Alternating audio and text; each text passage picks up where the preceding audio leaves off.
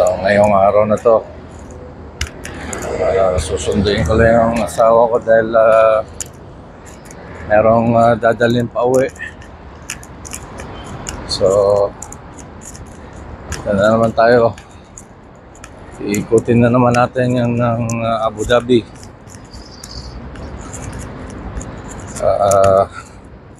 Time check nga pala ngayon, mga nasa 11:30 ng umaga.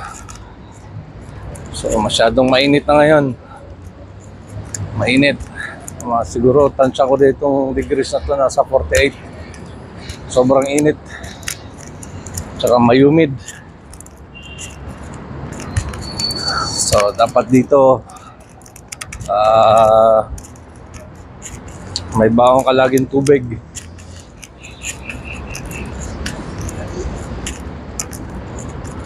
So, ito yun ang lugar dito sa Abu Dhabi.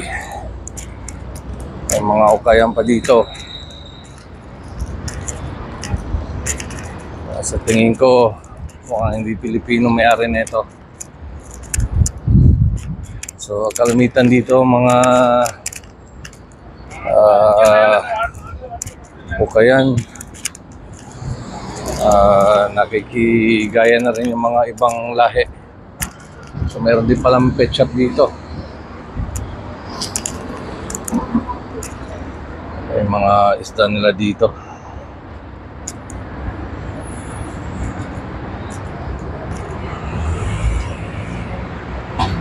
Babalikan natin to. Mag-alaga ng isda sa loob ng bahay. So mamaya babalikan natin.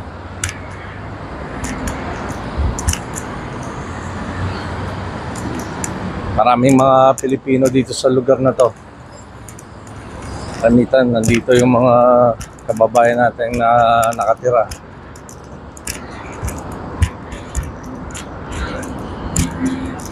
So sa araw na to, Biyernes, araw ng Biyernes, ibutin lang natin yung konti ang lugar ng Abu Dhabi. May Goto King din dito. Mahilig sa Goto. Yan, Goto King. Meron din mga ano dito, mga Filipino restaurant or Filipino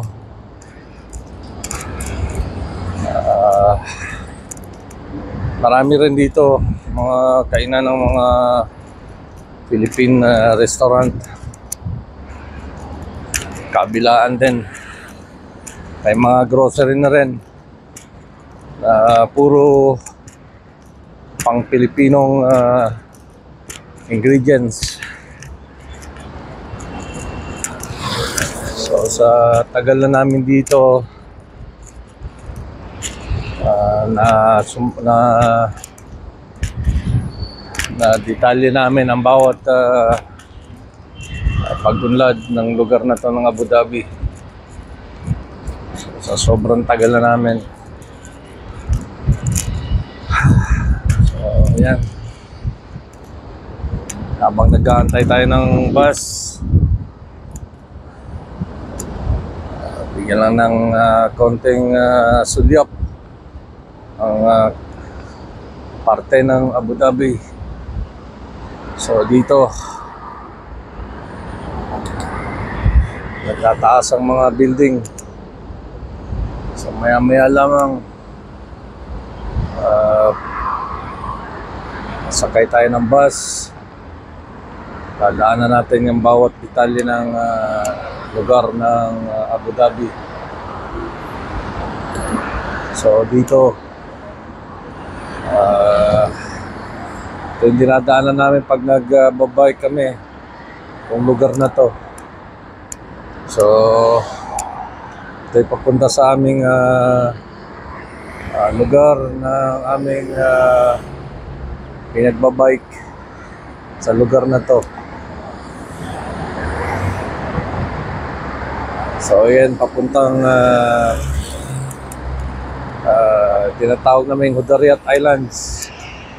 So dito lang.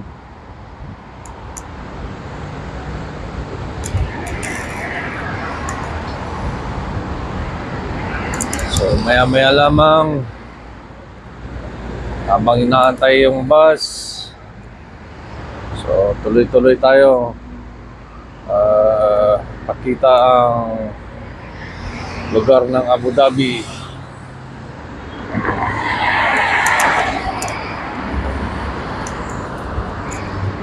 So ito yung bus stop. Ito'y malamig sa loob, may air condition habang nag-aantay. So dito, so karamihan ng mga bus stop dito may mga ganitong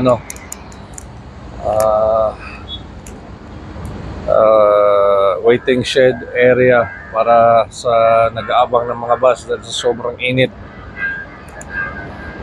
Sa sobrang init, minsan hindi mo nakakayanin, lalo mga baguhang Santa Rito dito sa UAE sa ganitong panahon. So pag di kakayanin, ayan, sasakit ang ulo. So dapat may laging baong tubig para sa dehydration. So dito lang yan sa Al-Falah Street.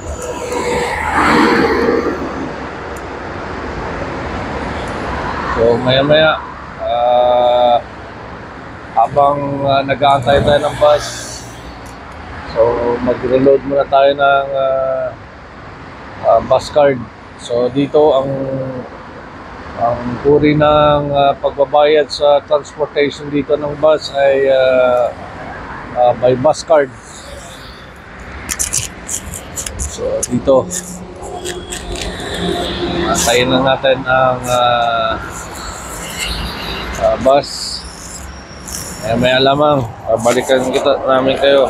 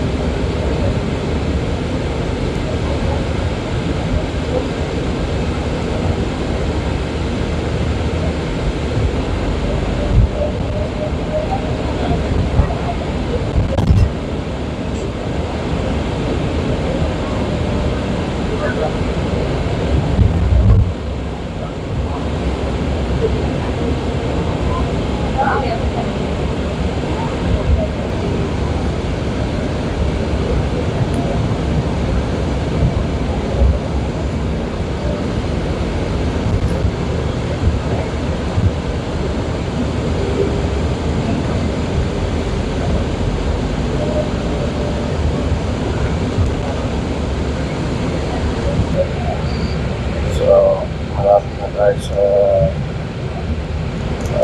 pupunta natin, isang bus stop na lang at bumaba na ito.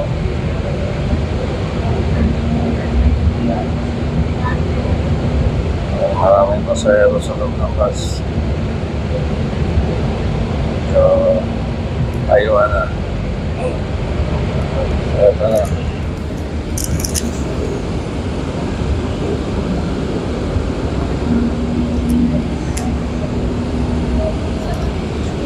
Ito yung bus card, tatak-tak lang natin sa screen.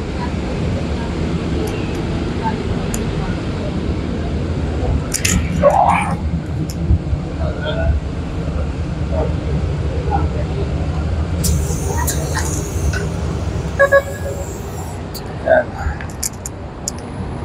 So dito yan sa loob ng Abu Dhabi. So punta natin yung kung saan nagtatrabaho yung misis ko. Ayan yung bus dito yan sa Abu Dhabi. Ayan, karamitan lahat ng may bus stop. Ganito yung way of transportation dito sa Abu Dhabi. Ito lang yan sa Abu Dhabi. Lalakarin natin punta sa kung saan nagtatrabaho yung aking asawa. Dali.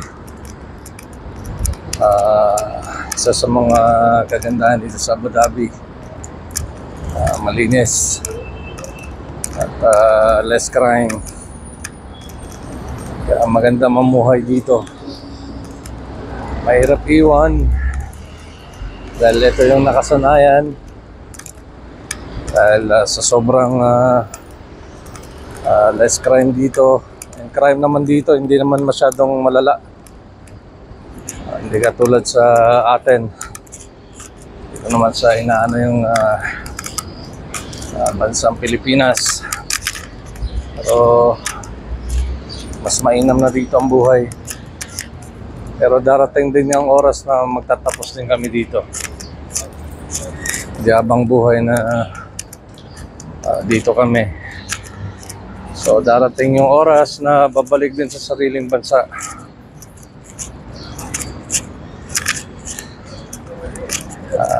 At least naranasan mo yung buhay na habang tumatagal ka sa mundong to, naranasan mo na may bansa pa palang kung saan ay tumagal ka dahil sa katahimikan. Sa mundong to kailangan na mag-successful yung buhay, mahaba ang buhay, walang na maargabyado. So itong kagandahan dito sa lugar na to, lahat ng mga tao sinusunod ang yung rulers leadership dito. So sa bawat kanto wala kang makikitang pulis.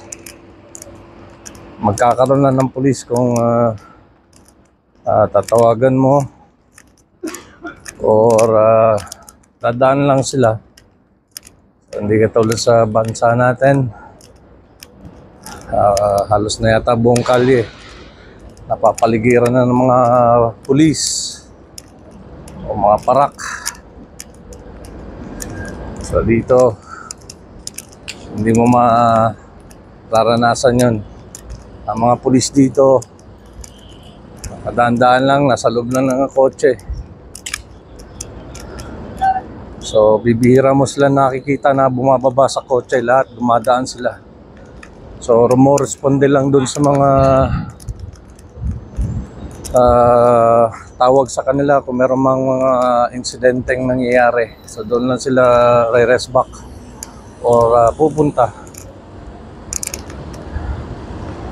So yan ang kagandahan dito. So darating ng oras, iiwan din namin lugar na to at babalik sa sariling bansa. Pero baon-baon din namin ng mga karanasan dito sa Abu Dhabi. So ayan, nandito tayo sa gitna ng city ng Abu Dhabi. So lahat ng mga makikita nyo dito sa city, nandito lahat.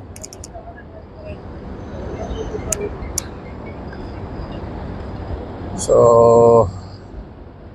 ang UAE ay binubuo ng 7 Emirates. So ito ang main city ng UAE, ang Abu Dhabi. So kung pupunta tayo ng Dubai, so babiyahe lang tayo ng 1.5 oras sa bus or 1 hour and 45 minutes. So, ganun ang distansya ng lugar papunta sa Dubai. So, dito lang yan sa Abu Dhabi. So, maya-maya, hinihintay ko lang yung aking asawa lalabas. At meron akong bubuhatin. So, yan, binabagi ko lang ang anong meron dito sa Abu Dhabi. Anong klaseng city ang meron ng Abu Dhabi. Nagustuhan ko na dito tumira dahil hindi masyadong crowded sa Dubai. Masyadong busy ang Dubai. Yun kasi ang tourist spot ng UAE ang Dubai. So dito pinili na namin ng mag-asawa na dito ng nirahan at tumagal dahil sa hindi gaano ka busy ang lugar na to. Busy rin pero hindi gaano compare mo sa Dubai. So yan pala yung China-made na mga sasakyan, yan. Parang sports car na sasakyan. Pero yan gawang China. Gawang China for thing. So maganda. Magandang sasakyan. Yan, may puti pa. So para siyang sports car, luxury sports car. Pero gawang China. Yan, meron pa. Parang Lamborghini yung tatak. Yan. Parang yung tatak ng sasakyan na to parang Lamborghini. Logo siya ng Lamborghini. Siguro mas mababa ang presyo nito o kumpara sa mga kilalang sasakyan. Pero siguro yung performance nito hindi siguro magkakalayo. Piyesa lang pinagkaiba nito, mga piyesa. Ayan, gawang China. Dito lang yan sa Abu Dhabi. So, nasa likod tayo ng establishmento ng kung saan nagtatrabaho yung aking isis. So, maya-maya lang, palabas na rin yun. Mga nag-aantay. Medyo mahangin sa lugar ko to. Pero titignan ko. Doon na lang siguro ako magtigil sa sa loob ng waiting shed. Medyo malamig doon habang nag-aantay. So doon muna tayo magtitigil. So maya-maya lamang palabas na.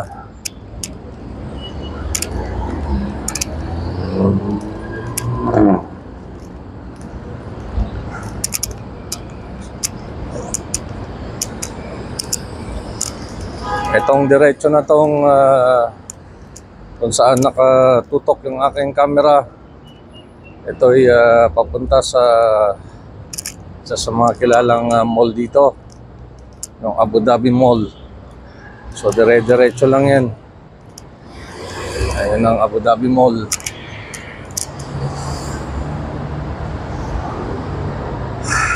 So wala pa ang aking asawa. Tayo lang ng konti. So ayan na. Hila-hila na yung aming medyo mabigat. May kabigatan.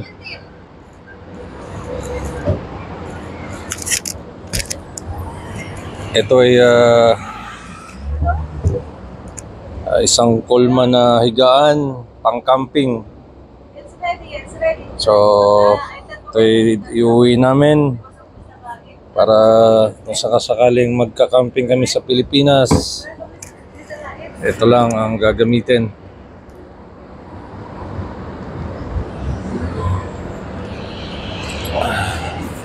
So, ayan. Uwi na natin. Tara, let's go. Ano yan?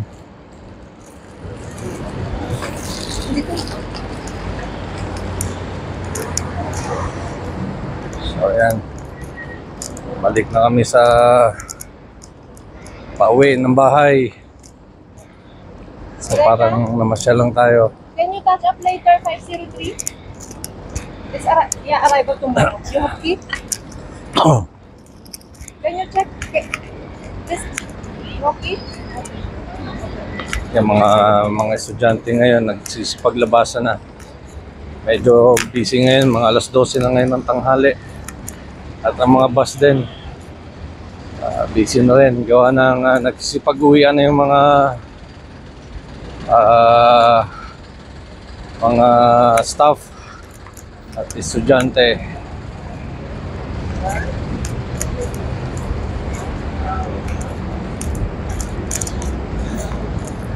So, tuloy-tuloy na yung roll ng ating camera.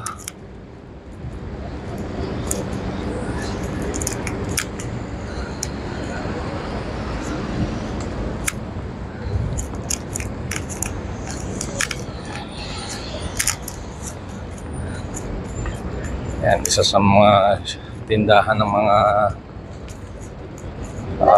toilet. It doesn't have key. Right, Alex. Magaganda ang mga setup dyan. Italy.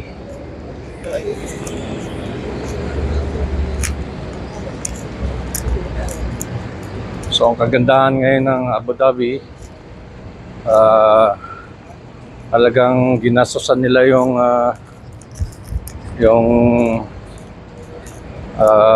bawat kalsada. Nalagyan nila ng mga puno. So, nakakatulong yung mga puno na to para mabawasan ang init. At totoong-totoo. They said, So, nakakatulong itong mga puno na to para mabawasan yung init ng syudad. just spend how many days? Ayan. Bawat gali dito may mga puno. So, nakakatulong talaga sa ganitong syudad. Yeah.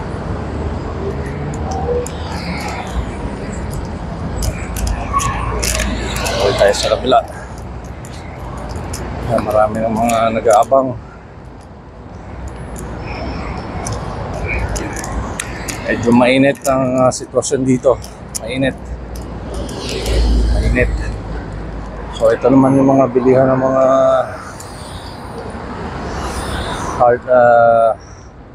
mga building materials. Itong hilerang to. So, yung pinakabilihan ng mga building materials, pabiyahe ka pa ng 45 minutes palibas ng syudad.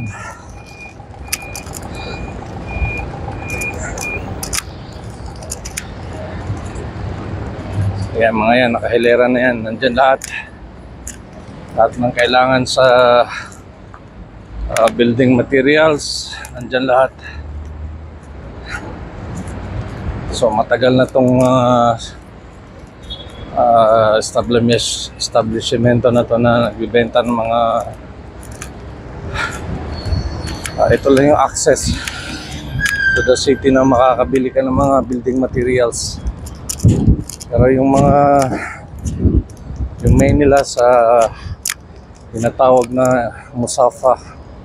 So 45 minutes ang biyahe. So So merong bus ako nakikita. So sana ito na yung bus na sasakyan namin pauwi.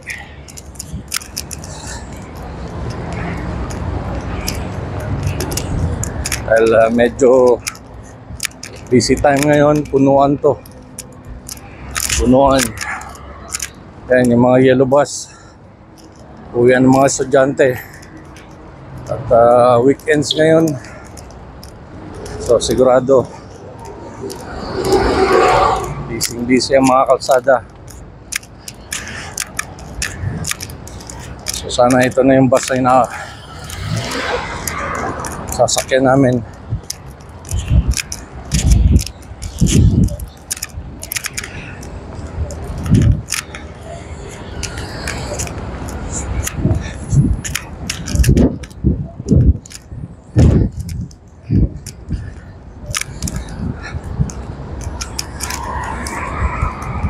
So diretso lamang yan ay papunta sa Corniche, sa tabing dagat.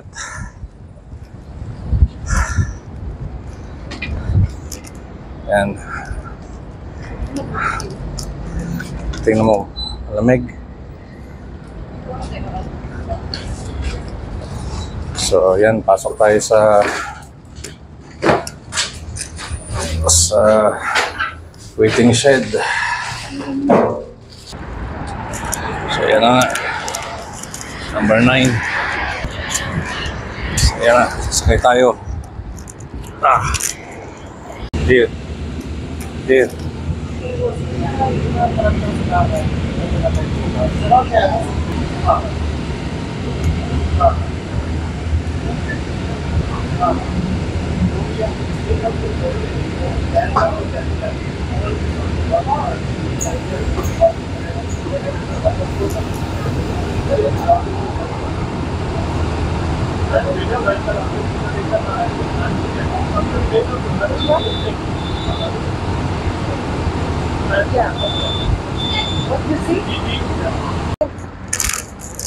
So ayan, hanggang dito na lang.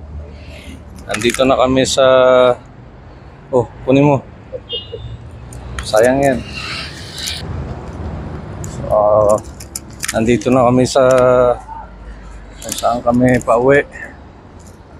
So salamat sa patuloy na pagsubaybay sa aking YouTube.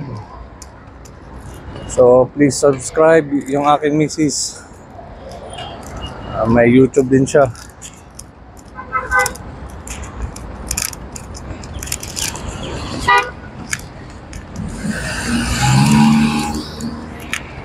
Ayan, hanggang dito na lang.